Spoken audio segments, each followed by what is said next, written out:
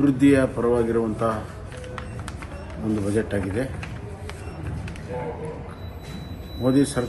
ಮೋದಿ ಸರ್ಕಾರದ 10 ವರ್ಷದ ಆರ್ಥಿಕತೆಯ ಸುಧಾರಣೆ, ಇಡೀ ವಿಶ್ವದಲ್ಲಿಯೇ ಭಾರತ ಅತಿ ವೇಗದಲ್ಲಿ ಬೆಳೆಯುತ್ತಿರುವಂಥ ಒಂದು ರಾಷ್ಟ್ರ,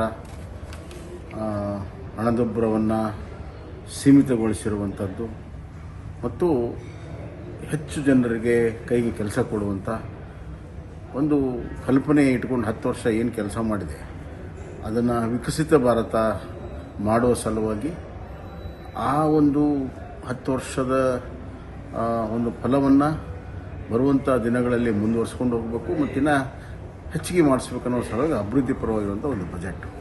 ಕೃಷಿ ವಲಯಕ್ಕೆ 1.5 ಲಕ್ಷ ಕೋಟಿ, ಎಂಪ್ಲಾಯ್ಮೆಂಟು ಮತ್ತು ಸ್ಕಿಲ್ಗೆ ಕೈಗೆ ಕೆಲಸ ಕೊಡೋದಕ್ಕೆ 1.5 ಲಕ್ಷ ಕೋಟಿ. ಅದೇ ರೀತಿ ಇವತ್ತು ಮುದ್ರಾ ಯೋಜನೆ 10 ಲಕ್ಷದಿಂದ 20 ಲಕ್ಷ ಮಾಡಿರುವಂಥದ್ದು, 3 ಕೋಟಿ ಬಡವರಿಗೆ ಮನೆ ಕೊಡುವಂಥದ್ದು, ರೂರಲ್ ಡೆವಲಪ್ಮೆಂಟ್ಗೆ 1 ಲಕ್ಷ ಕೋಟಿಗಿಂತ ಹೆಚ್ಚು, ರೂರಲ್ ಇನ್ಫ್ರಾಸ್ಟ್ರಕ್ಚರ್ಗೆ, ಕೃಷಿ ವಲಯಕ್ಕೆ ಭಾಳ ಒತ್ತನ್ನು ಕೊಟ್ಟಿದ್ದಾರೆ. ಕೃಷಿಯ ಉತ್ಪಾದನೆಯನ್ನು, ಅದರ ಸಂಸ್ಕರಣೆಯನ್ನು, ಅದನ್ನು ಸ್ಟೋರೇಜ್ಗಳಿಗೆ ಎಲ್ಲ ಭಾಳ ಮಹತ್ವ, ಲಾಜಿಸ್ಟಿಕ್ ಭಾಳ ಮಹತ್ವ ಕೊಟ್ಟಿದ್ದಾರೆ.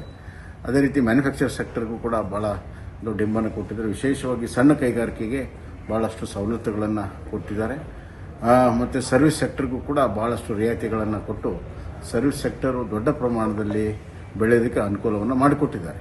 ಈ 3 ಸೆಕ್ಟರ್ಗಳಲ್ಲಿ ಹೆಚ್ಚಿಗೆ ಹಣ ಹೂಡಿಕೆ ಮಾಡೋ ಮುಖಾಂತರ ದೇಶದ ಆರ್ಥಿಕತೆಯನ್ನು ಇನ್ನಷ್ಟು ಗಟ್ಟಿಗೊಳಿಸುವಂಥ ಕೆಲಸವನ್ನು ಇವತ್ತು ಮಾಡ್ತಾಯಿದೆ. ಅದರ ಜೊತೆಗೆ ಸೋಷಲ್ ಜಸ್ಟಿಸನ್ನು ಕೊಡೋ ಸಲುವಾಗಿ ಎಜುಕೇಷನ್ನು, ಎಂಪ್ಲಾಯ್ಮೆಂಟು ಮತ್ತು ಹೆಲ್ತ್, ಈ ಸೆಕ್ಟರ್ಗಳಿಗೆ ಅತ್ಯಧಿಕ ಒಂದು ಹಣವನ್ನು ಕೊಟ್ಟಿರುವಂಥದ್ದು ಅತ್ಯಂತ ಸ್ವಾಗತವಾಗಿರುವಂಥದ್ದು. ಇದರ ಜೊತೆಗೆ ಇವತ್ತು ಇನ್ಫ್ರಾಸ್ಟ್ರಕ್ಚರ್ಗೆ ಕಳೆದ ವರ್ಷಕ್ಕಿಂತ ಹೆಚ್ಚು ಹಣ ಇನ್ಫ್ರಾಸ್ಟ್ರಕ್ಚರ್ ಕೊಟ್ಟಿದ್ದಾರೆ. ರೋಡು, ರೈಲು ಅಭಿವೃದ್ಧಿಗೆ, ಹೀಗೆ ಎಲ್ಲ ವಲಯಗಳಿಗೆ ಇವತ್ತು ನ್ಯಾಯವನ್ನು ಕೊಟ್ಟಿದ್ದಾರೆ. ಅದರ ಜೊತೆಗೆ ಮಹಿಳೆಯರ ಸಬಲೀಕರಣ, ಮಹಿಳೆಯರಿಗಾಗಿ ವಿಶೇಷವಾಗಿರುವಂಥ ಕಾನೂನು ಮತ್ತು ಪವರ್ ಸೆಕ್ಟರನ್ನು ದೊಡ್ಡ ಪ್ರಮಾಣದಲ್ಲಿ ಬದಲಾವಣೆ ಮಾಡೋ ಸಲುವಾಗಿ ಟ್ರಾನ್ಸಿಷನ್ ಏನಾಗ್ತಾ ಇದೆ ಅಲ್ಲಿ ರಿನ್ಯೂವಬಲ್ ಎನರ್ಜಿಗೆ ಹೆಚ್ಚು ಮಹತ್ವವನ್ನು ಕೊಟ್ಟು ಇವತ್ತು ಮಾಡಿದ್ದಾರೆ. ಪ್ರಧಾನಮಂತ್ರಿ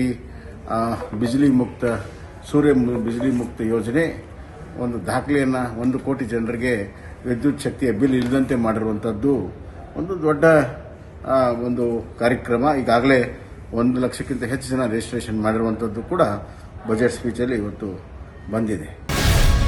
ಗ್ಯಾರಂಟಿ ನ್ಯೂಸ್, ಸುದ್ದಿ ಖಚಿತ, ನ್ಯಾಯ ನಿಶ್ಚಿತ.